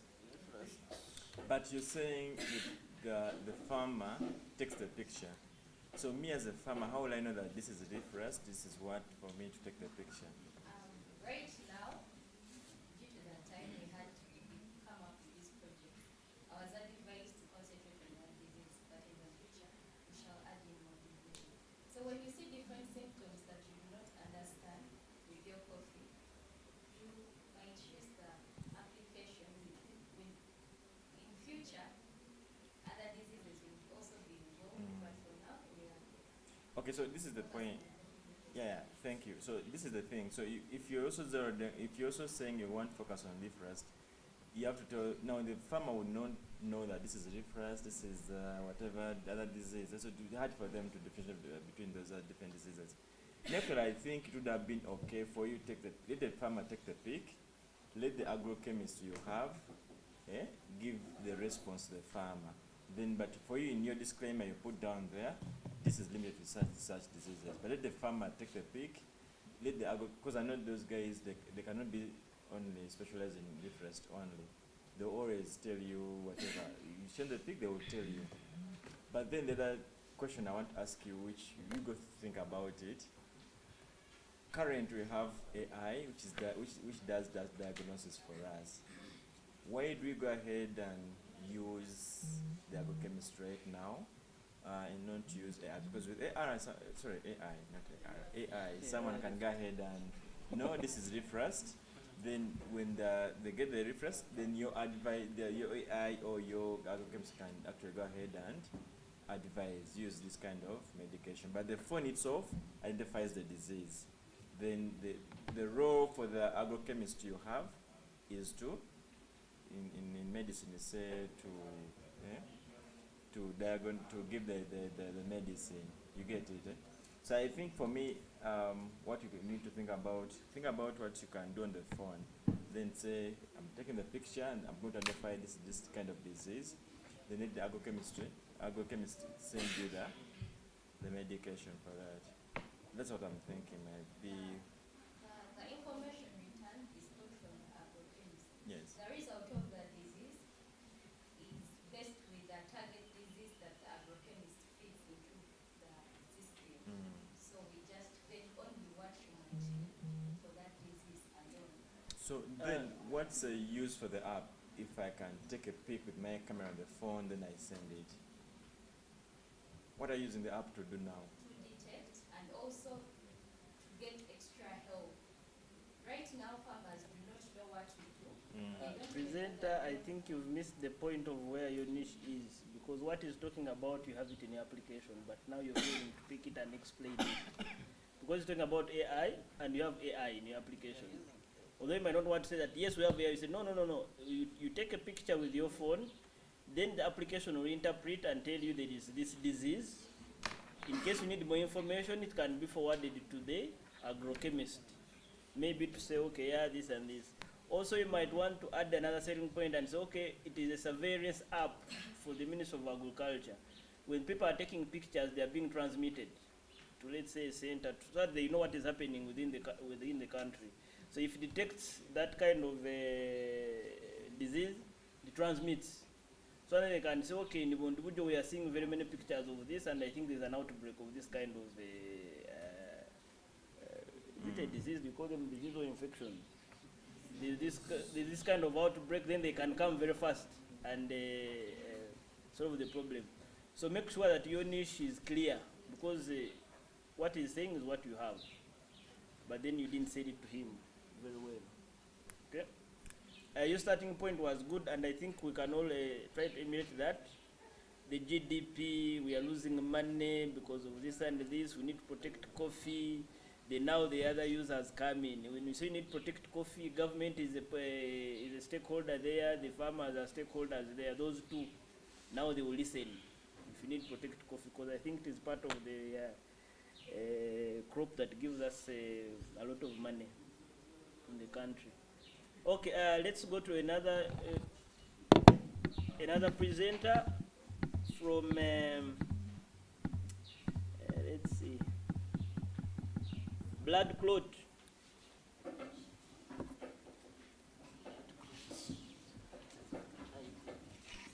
Now I'm trying to move these guys very fast, because in IT we are left with one. IT we are left with one. Here we are left with two. Here we are left with. Good afternoon, everyone. BCS I'm Ainamanu Christian, and I'm here to pitch my project entitled The Digital Platform for Stroke Classification and Identification. Stroke, according to the global stroke burden, according to the global fact sheet of stroke that was released in October 29th last year, the bulk of the global stroke, sorry about that, the bulk of global stroke, that is 86% of this, is basically coming from lower and lower middle income countries. This is because of the inefficient classification methods, because for stroke to be treated, there must be accurate diagnosis. The current methods which are used, for example, a case study at the referral, they use the radiant icon viewer, but this does not give a sophisticated analysis of the CT image. The more efficient way is a PET scanner, which is expensive, and we don't have one in the whole country. So this motivates me to come up with a mobile application where we upload CT images and we receive automated classification results, and we also identify the areas of the CT image which is affected by stroke. The business model is that this project, it is a global burden, that is stroke. Then this qualifies for funding from different health research facilities, and then software licensing for the hospitals that will pick interest in using my application. Thank you. Yeah, thank you very much. Yeah, from your presentation, you presented it to a conference that is full of computer scientists. And the people you want to take your application or use your application, most of them are not even computer scientists. They are doctors, investors, they are the ones you're focusing on. Now you're talking about classification, after classifying, so I'll be like, okay, you want to know how many nannies we have in a country, so you want to pick interest. So your starting point should be, what is on ground, what's the problem with stroke, what do we have? And how much money are they spending on, let's say, diagnosing stroke? Or how much money are we spending on losing those patients? What is happening to us? due to having stroke. Then after that, you transition into what you're trying to solve within that stroke thing. And then you give us the solution and why we think that your solution is important. Okay? Yes. So then how your solution becomes important is, this is how it is beating the competition. But nobody told us that there is a need to solve this problem. Then now the investors will listen. They'll be like, okay, yeah, there's a problem actually, and yes, we have patients. And actually those patients, if we sell this idea to them, we shall sell it on the point of they are going to save lives and probably save money. For example, if we have a stroke patient and they go to the hospital, how much do they spend? Are you coming in before they go to the hospital? Are you coming in when they reach the hospital? If you come in when they reach the hospital, how are the doctors going to save money in case they are going to use the application within the hospital? Who is going to save more money? Is government going to save money by having few doctors who are specialized in that area? Or with the application now it is going to scale even health centers 4, 3 and so forth, because now probably now they no longer need those specialists, because you've trained your application to do it. It is a virtual doctor. Then now they can use it in other areas. Okay? Yes. So now that's how you have to bring it out. You don't talk about classifications. That one ended yesterday. You don't talk about the AI or something. That one ended. Now you're talking about the problem to the normal public that doesn't understand the AI and the machine learning. Yes. Okay, thank you very much. Let's have As you're leaving, yes. When you mentioned the point that you don't have any PET in Uganda, I've got concerned. But I was told from online they said there's a PET scan at Uganda Heart Institute, sorry.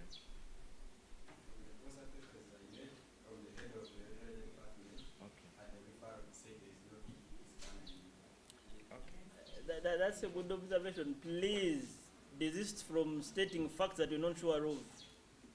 One lie, you've killed the entire presentation. People will stop listening. Because if there's no PET, then what's this guy talking about? There's a PET here. Then they'll switch off.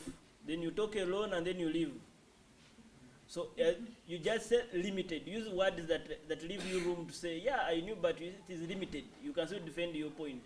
You can say limited, scarce, you know, even if it is one or it is not there, say limited applies. So you have to get those words that apply in all scenarios in case you are attacked. Okay? Good. Let's have cattle disease identification.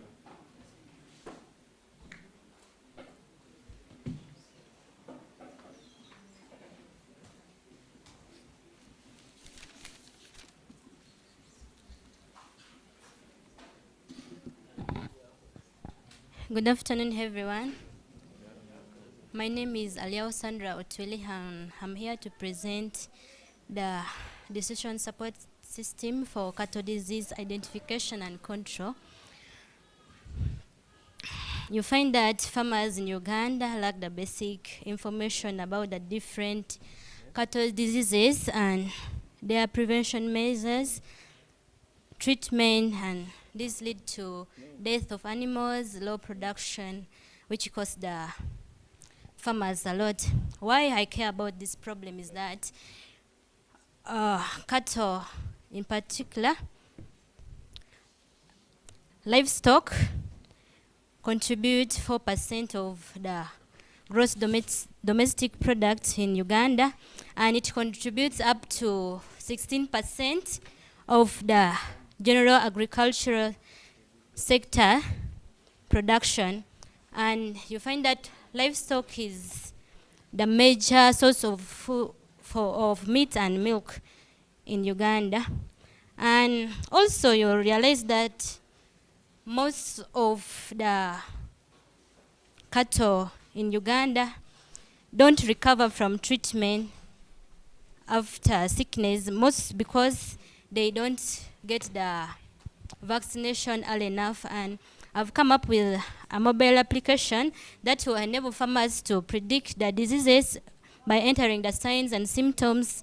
Then they can also schedule for vaccination. They can report any outbreak They can as well talk to a doctor in case they don't understand. And there is a general information Thank you about very the much, disease. presenter.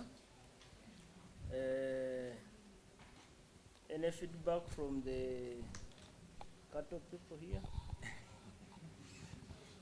Francis, Francis, will your farm need that application or doesn't make sense? Yes, the feedback I have is that you should find a way of maybe farms monitoring other farms, because some diseases, if one farm is affected and near you, then you get problems. So it's better if you monitor and know that this farm, they are not doing well. We need to maybe report them to a higher level so that we are all protected as an area. Yeah. Okay, thank you. But me, I didn't get scared. I just kept on hearing cow. I was like, cow, yeah. Yeah, that is beef, yeah. Cow. Yeah, I kept on hearing cow, disease, cow. So if our cattle get disease, do we lose anything? Of course, they're going to say yes. To what extent? How much do we lose? Because it has to come out clear and you scare us. You're like, hey, you remember last time they closed the border and we did get beef for some time. And that was very disastrous. Some of us had, not us, some people had to switch to vegetables and they're really not happy. So you have to scare us so that we know there's a very huge problem. Then also you make sure that the farmers understand it's a problem. Because now when you're presenting here, first you're targeting the investor to understand that they can make money, but also you're targeting the users who are going to use your application so that they can be able to take it up so that the investor can make money. So you're targeting two people, not only the investor, because if the investor doesn't feel like the users will want it, then they'll not be interested. So first you have to show that the users will want this solution, and then show how the investor will make money. So that one has to come out clearly. So now from your starting point, you are supposed to show how the problem is there, and in that problem, exactly where are you pinpointing, because you're not solving the entire huge problem. For example, as presenter was talking about coffee, yeah, there's a problem with coffee, there are diseases, but then we are going to look at this one. Maybe this is how it adds up to the entire picture. Okay, then now the users, the investors can understand. Yeah. And please take this serious, because I know some of you are going to apply for CITT money, because there's free money for you to eat, and it is money that has been secured from government, and the government gets that money from your tuition. So you need part of your tuition back. When you pay tuition, your money goes to the consolidated fund. Now from the consolidated fund, you can get a grant to support your application, okay? So if you do this properly, and then tomorrow you do very well, you have a chance of now applying for CITT money, even before you leave campus. You might get, they give some good money for you to just go and eat. Of course, not just eating, but to develop your application to a certain level. Then if you reach that level, they can give you more money now to take it to the market. Now when you reach that level of going to the market, now you target other funders. Very many, we had NSSF recently, MTN is also advertising, Airtel was advertising. Very many funders want to help people take their products to the market. And if you're coming from university setting, you have a higher chance than those who are not coming from university setting. So take it serious. Yeah. Thank you very much. Let's have our next presenter for, okay, this one finished. Pedestrian safety system using sensor. Those who are going to protect us who walk recklessly, where are you? We are here.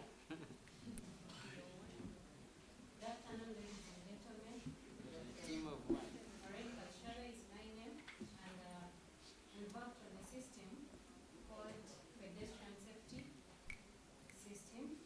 And in that system, I based on the literature review, whereby, according to World Health Organization, in 2018, it shows that over 22%. So I'm working on an intelligent pedestrian safety system, and I'm basing on the literature review, whereby, according to World Health Organization, in 2018, it shows that over 22% of all road traffic deaths and injuries have happened worldwide, And this is due to very many causes, especially failing to yield the right of way to pedestrians at crosswalks.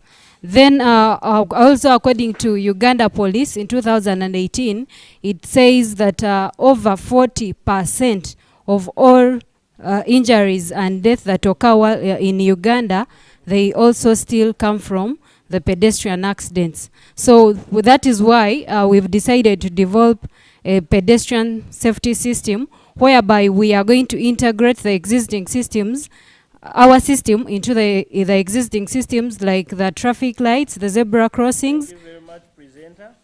Your time is up. You think I'm what? I'm teaching or like Yes. My first feedback before the pedestrian is coming. When you talk about pedestrian, you talk about UN, you talk about. I feel like you're targeting the government to implement that solution, right? Or you NGOs to fund your project so that you can protect pedestrians, right? Yes. It's not for us to maybe install an application or something, right? Yeah, there is nothing like an application. So there, the thing that I would like to hear is, yeah, we have systems that are working, okay, not working very well. You bring in another system. How much would it cost to have it installed? Is it feasible or it's not feasible? That one is very critical because now that is a government project or an NGO project that is countrywide. So that one has to come out clearly that, yeah, we are going to protect pedestrians and actually it is feasible because you're going to integrate it with these, are you integrating with street lights or? The traffic lights and Traffic lights, yeah. Yeah. So you said, yes, we have an infrastructure where we can work on top of. So we are adding on a certain infrastructure that already exists. We are not going to buy new traffic lights, but we are going to work with those that exist to integrate this kind of technology. Then that one will start making sense to the audience. Be like, okay, yeah, I think it is, yeah. Good. Okay, that is noted.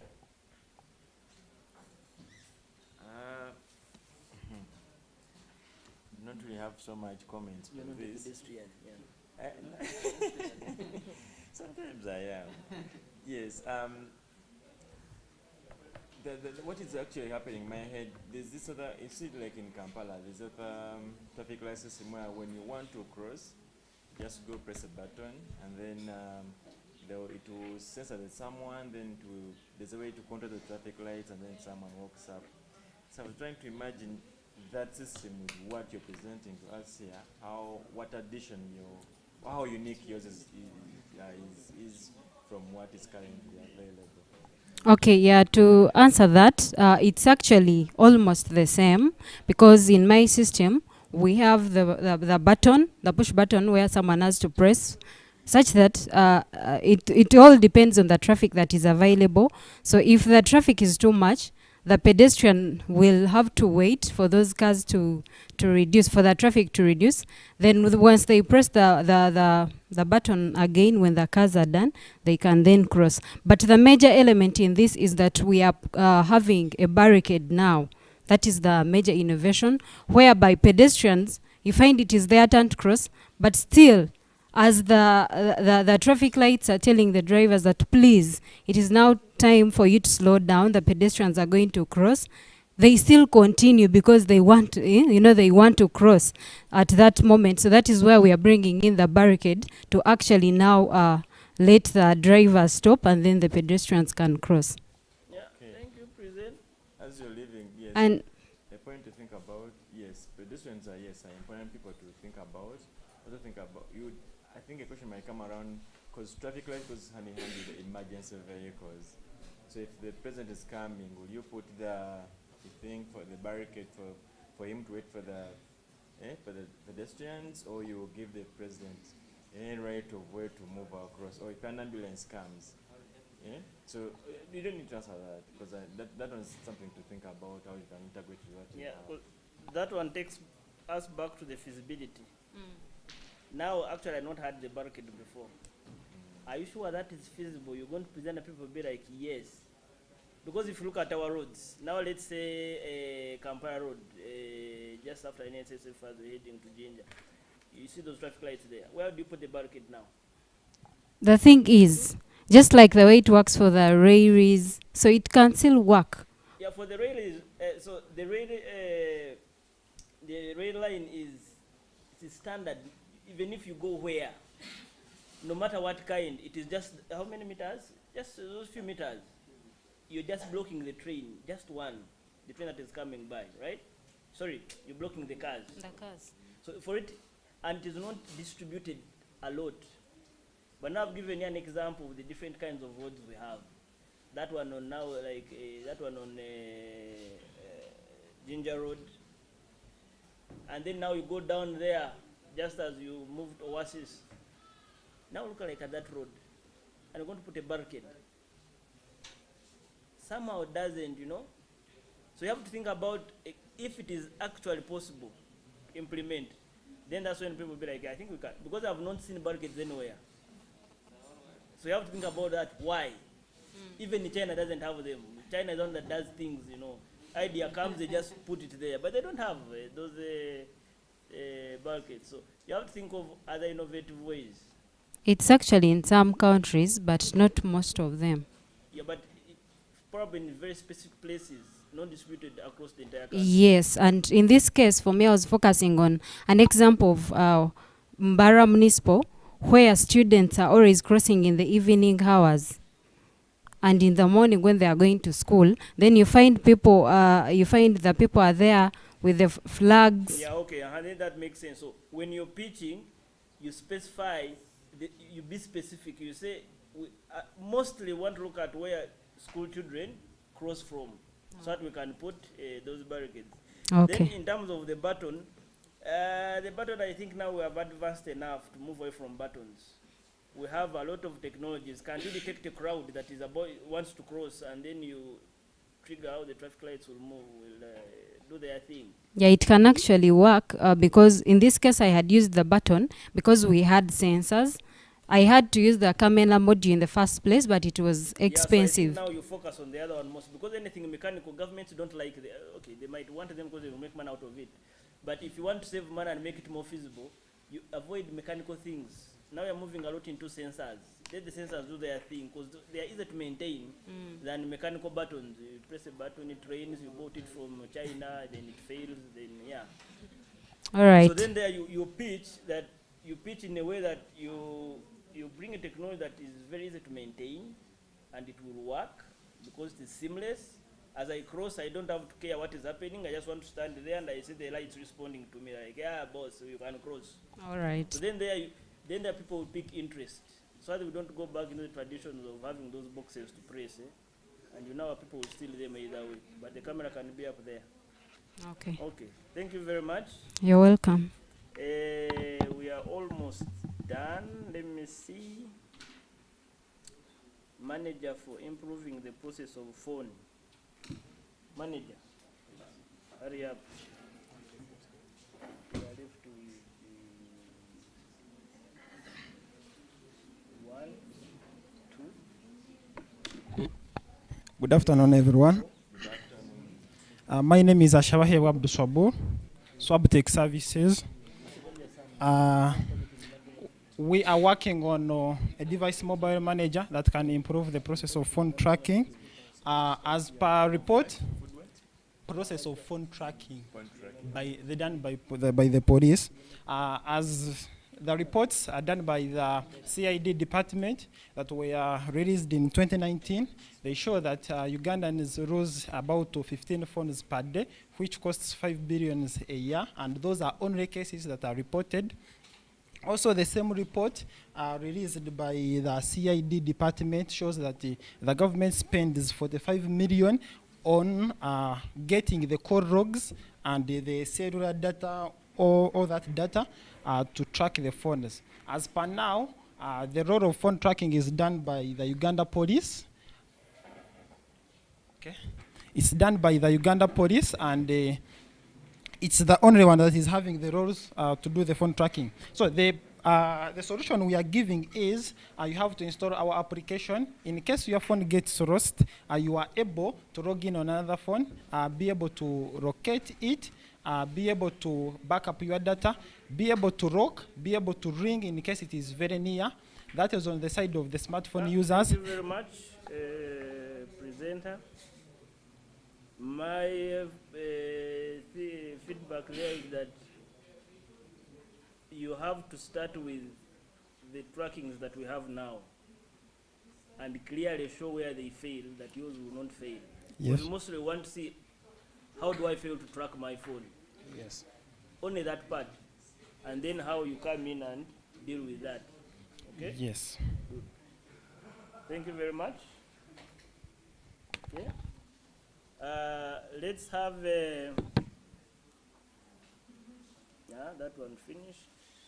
Integrating application. Gas leakage.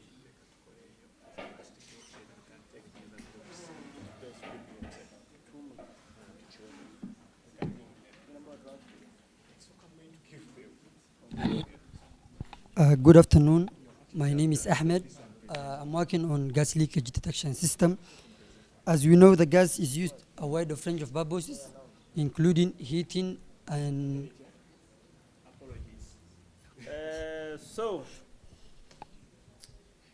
sorry, intellectual property was important but took some of our time. So we didn't want to cut the intellectual property short. So what we are going to do now, the few groups that are left, we are going to meet another group for the same session, but that group is in tomorrow. So what we are going to do is to move to tomorrow. So the groups that are left, you will be transported, don't worry. Don't start thinking about your wallet. So we are going to transport you to tomorrow. Then we can... Okay, maybe he's suggesting something that we get another room, finish up with you, people that have not presented. And that's what they want. Our face showed that. The groups that are left, do you prefer to go to tomorrow or we can get a room here and you finish? Okay. So, which room do you say we'll go with this? It's okay. Then, please, if you register, I promise to give you transport. Yeah, it's on the group where I say transport refund. Yeah?